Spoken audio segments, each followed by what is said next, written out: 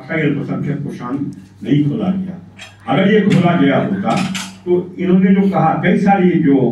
तकलीफें हैं कि कहीं पर कुछ गुंडागर्दी हो रहा है, कहीं पर जमीन छीना जा रहा है, कहीं पर कुछ और किया जा रहा है, तो इन मांगों को कम से कम कोषांग अपने व्यक्तिगत तौर पर भी जमा कर सकता था कि देखिए मेरे साथ ऐसा हुआ है और इसकी सुनवाई नहीं हो रही है। लेकिन आज तक ये कोषांग जो है वो नहीं खोला गया। तीसरी जो मांग थी वो ये थी कि जो रिपोर्ट था, एडीआरआई के रिपोर्ट का जिक्र हम कर चुके हैं, उसमें बिहार के बंगाली शरणार्थी समाज की जो आर्थिक और शैक्षणिक बदहाली थी, जो उन्होंने रिपोर्ट में खुद कहा गया था कि मतलब सबसे ज्यादा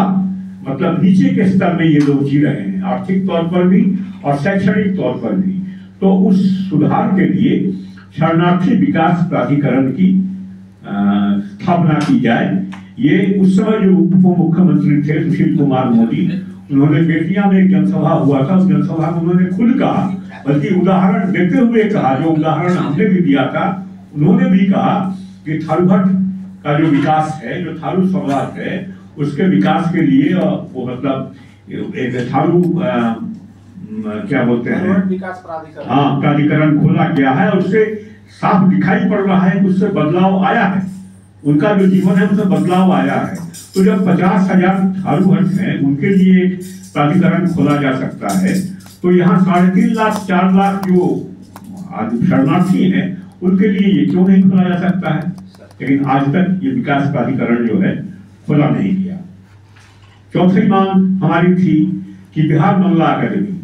आप जानते होंगे कि बिहार बांग्ला अकादमी भारत का पहला बांग्ला अकादमी है। दरअसल बंगाल का जो बांग्ला अकादमी है, पश्चिम बंगाल का, वो बिहार के बाद खोला गया था। बिहार का बांग्ला अकादमी 1983 में खोला गया था और कलकत्ता का जो बांग्ला अकादमी है वो उसके बाद खोला गया था।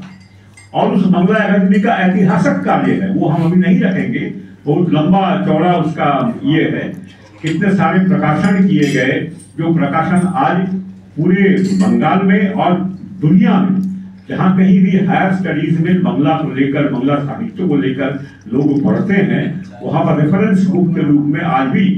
बिहार बांग्ला अकादमी के द्वारा प्रकाशित जो किताबें हैं वो किताबें रेफरेंस में रखी जाती हैं कि इसको आपको पढ़ना होगा।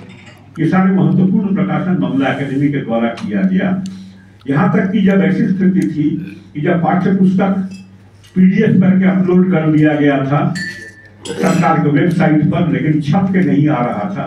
तो बिहार बांग्ला अकादमी ने अपने पैसे से उसका PDF कॉपी प्रिंट निकालकर